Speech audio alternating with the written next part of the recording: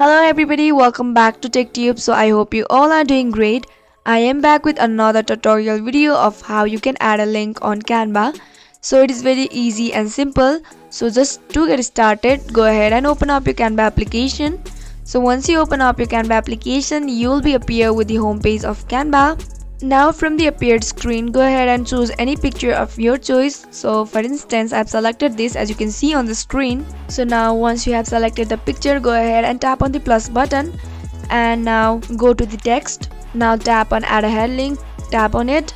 Now here on the top right corner you can see the connection option, go ahead and tap on it. So once you tap on it, as you can see on the screen here, you can enter a link or search for the link or anything you like.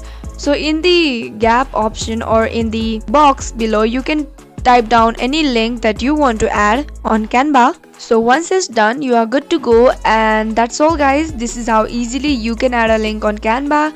I hope you found the video to be helpful and informative. If yes, go ahead and subscribe to our channel and also press the notification bell for more updates.